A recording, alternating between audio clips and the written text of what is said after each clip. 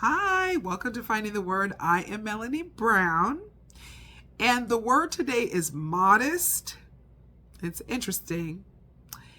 And several words branched off of modest, so this is going to have a part 2, 3, and maybe 4 or more that have come from it, that are going to be referenced back to it because of it.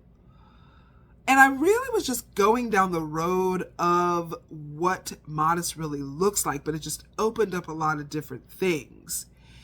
And this began from a bikini that was on Amazon that my daughter had coming. But then once she saw what was coming, she realized what she was ordering. She was like, oh, I don't think this was good. But it was a thong. It was a pink thong bikini.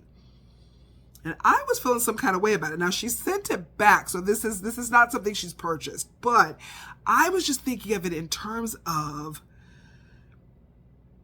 if she was purchasing it or if she had decided it was something she wanted to keep. I had to think about this. And it was just interesting to me because as a parent and you're visualizing your child out there, people can wear whatever they want. I go to the beach and you're just kind of like, okay, you're minding your business. But when this is your child, you think different. You're thinking about how you want them presenting despite age. And so this is another topic. So that's one of the words that's going in a different direction. You don't stop caring or having an understanding or opinion about things because of a certain age. That's a different topic and going down a different roads. Not doing that today. This is just simply me saying, what are the thoughts about modesty? Where do they really come from? What's really said about it? And it brought that up by this bikini being there. And my thought initially, of course, because and like they say, it's giving. It was giving. And I was like, no, ma'am. For me, no, ma'am. I don't want you serving up out here in the beach. That's how I was feeling about it, being honest. Now, the conversation, so as I looked, this is where it was really interesting me. I found an article, and I welcome any comments about this article because it was different than anything I had normally read. But there was an article from a Christian family I came across regarding modesty. This family was in Spain, and they found out when they went to the beach that wearing tops was optional. And this was not something they knew when they had gotten, were going to the beach. They found this out when they got there. But this was families with topless women going about their business. They're playing frisbee. They are hanging out on the beach and doing whatever. The comment that she was making really, because they were kind of surprised, they just didn't know, but it was the fact that there was no real attention given to it. It was ignored. It was no big deal. There were no men staring, nobody ogling these women or anything. They were just living. And it made her really think about the differences.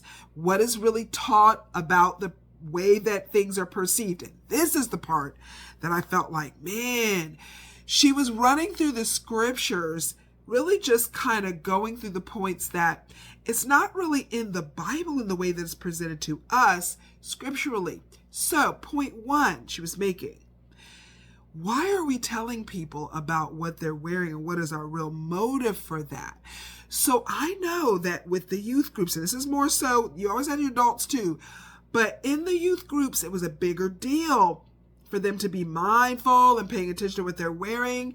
And the different articles I read discussed the fact that this was always really more aimed at the girls, not the guys, even though, they can be wearing things that could be potentially inappropriate or showing off whatever they got going on. But it was more the girls saying that they're being a temptation to the boys or that they're creating issues for them. And it really kind of made you think, because her point was, why is this not an issue for any of the men there? Why didn't they get the memo? Why is this not a thing for them? Well, that part led to the fact that we realized that we live in a different society here. Our society promotes things in a way that is not done in others. And I do think that we have to pay attention to that. It would be nice If it was the way it is where people are breastfeeding in Africa and rowing down the river and nobody cares, or at the beach like this, but we are in a place where we have high levels of trafficking, where we are also dealing with people who are putting people's faces on other people's things and explicit content and crazy stuff, and just a lot going on. And so we are more mindful here about things. But what verse I had on modesty, even though modesty isn't really discussed, and what it said was that it has been changed or altered to be the word modesty at least a couple of times in most of the Greek words that were used. But the one that I did find was 1 Timothy 2, verse 9. It says, in like manner also, that the women adorn themselves in modest apparel with propriety and moderation, not with braided hair or gold or pearls or costly clothing, but which is proper for women professing godliness with good works. And I don't think it's saying that you're supposed to be homely, which some people take this to mean. And then you do have different cultures that dress in different ways. Obviously, some believe only the eyes should be seen. No collarbones, no ankles, and no wrists, because these are different things that they don't feel people should be looking at.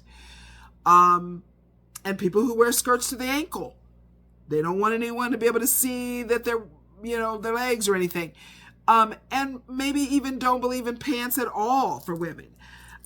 So it's different levels that we all have in what we regard to be modesty for different reasons. When you're getting to the real heart of the matter, this is about caring more about what's going on the outside, paying all this attention to how expensive your hair is to do and your clothing, and showing off to give value to yourself on the outside when really you want to be worried about what's going on the inside just as much. And that's really what that's about.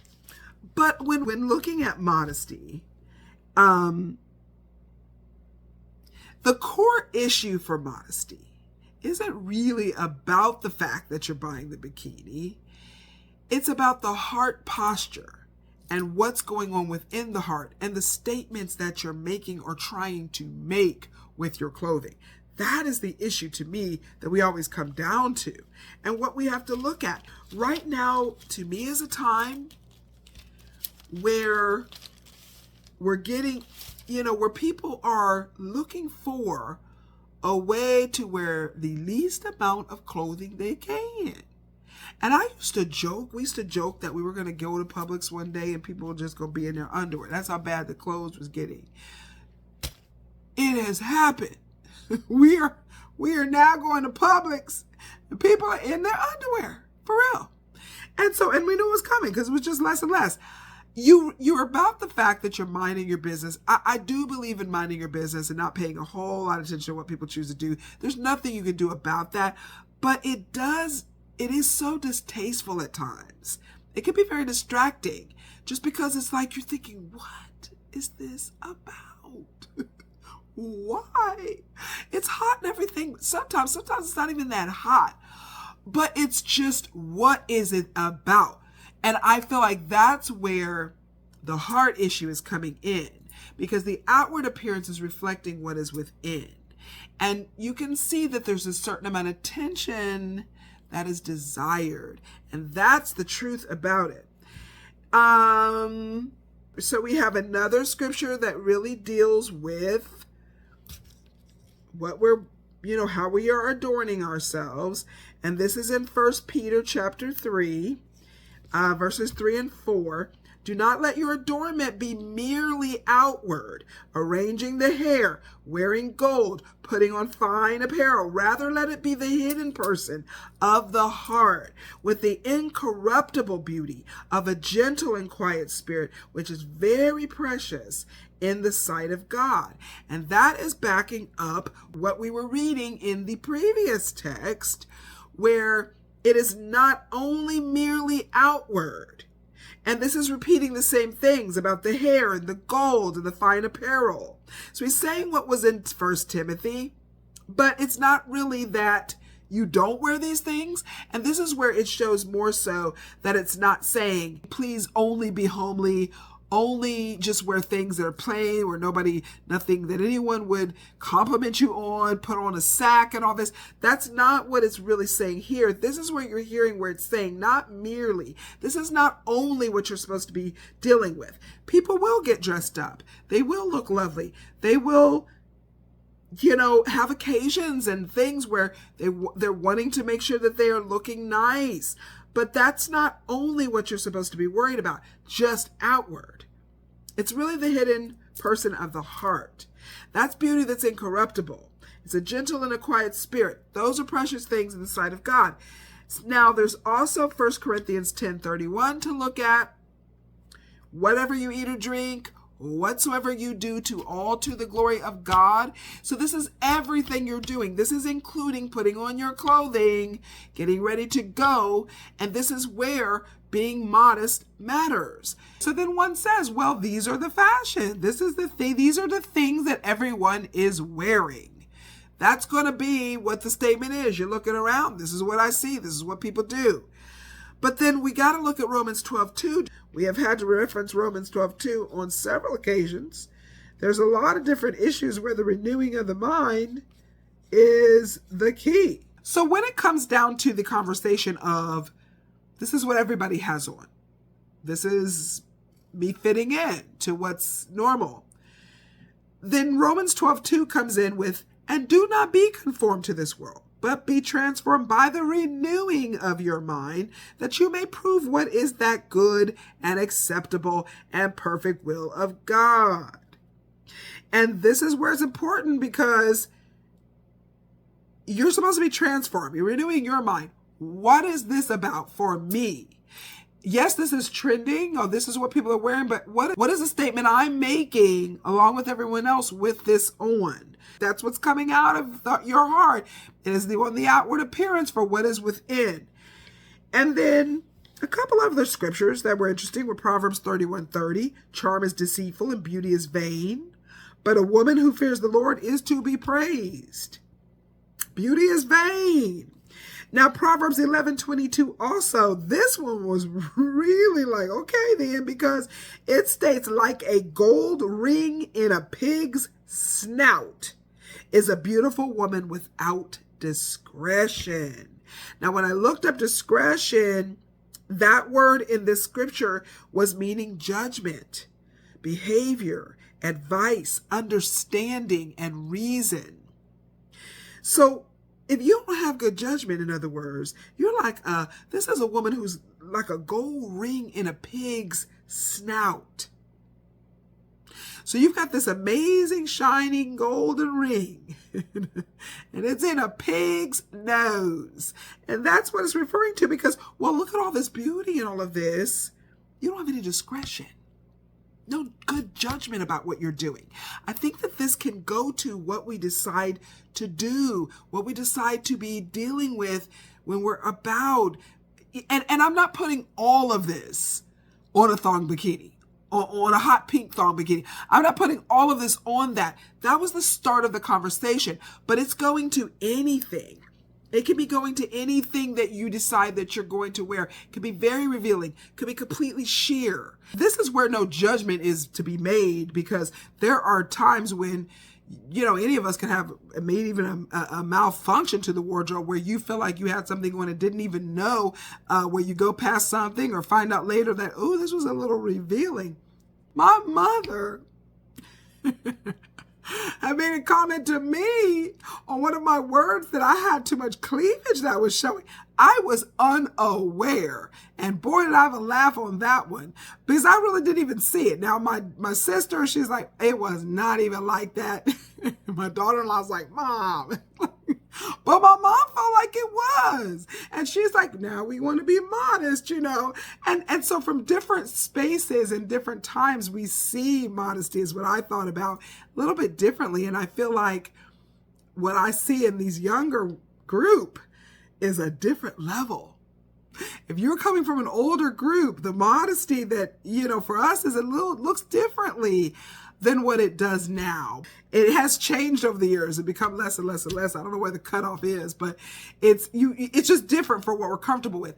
And wrap up here, because I have to stop here because there's other words, and the branch off of the other words I'm talking about have to do with your age and conversations that you're having and when your opinions do or don't count or when they aren't supposed to be given.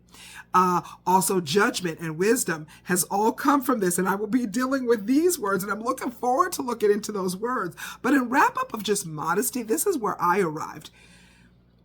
While it's a nice idea that in Spain and other places you can be topless and everything else, there are issues in this country separate than maybe what they have there, and we have to be governing ourselves accordingly. Also, I feel like this is about the heart, just like so many other things.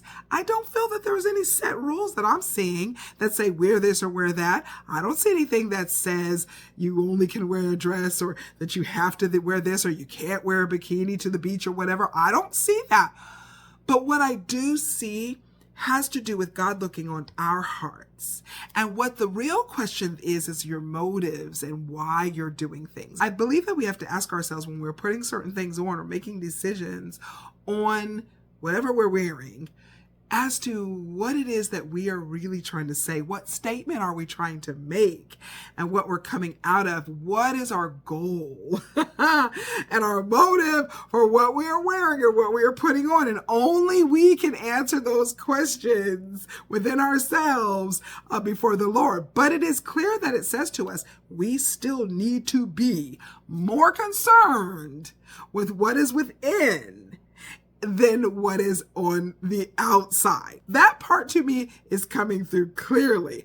I will be back with part 2 and some different angles that have come off of this discussion on modesty and thoughts on modesty. So don't forget to find the word, and I will see you tomorrow.